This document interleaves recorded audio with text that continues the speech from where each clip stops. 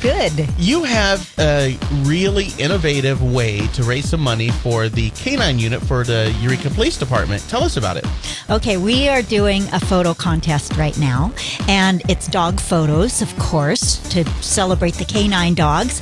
And so you can bring your dog to us. We will take their portrait, and then we're going to post all the portraits up online.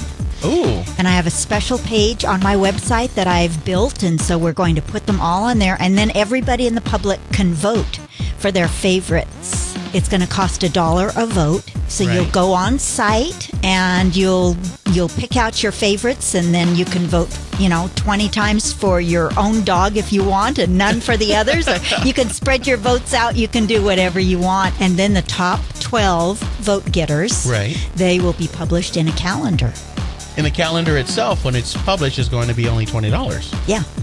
And what made you decide to help the Eureka Police Department Canine Unit? What was the motivation? Well, I talked to another woman who was telling me that the canine unit, and she actually does fundraising for one of the other canine units in Humboldt County, but she was telling me one day that the Eureka Police Department canine unit needed some things. And so I've been wanting to do this dog calendar for a couple years now, and I thought, well, I'm just going to go for it. And because I think the dog calendar will be really popular, and people love their dogs, and so this is a great way for them to get an inexpensive, it's $95. That covers the entry fee for the contest, gives them an 8x10 portrait and the session for their dog.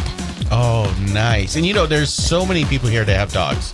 And Yes. they absolutely love their dogs. Right. We see pictures on Facebook with people with their dogs, or sometimes some of their dogs have their own Facebook pages. Exactly. I mean, it's just insane. And of course, we have a dog, Diego, our black lab. I mean, it's probably one of the easiest dogs we have ever had. And we don't have any pictures of him. Easier than the kids, huh? Yes, definitely easier than the kids. And we're speaking to Lynda Pozel from Hopkins Fine Portraiture. And what is your website? Our website is hopkinsportraits.com.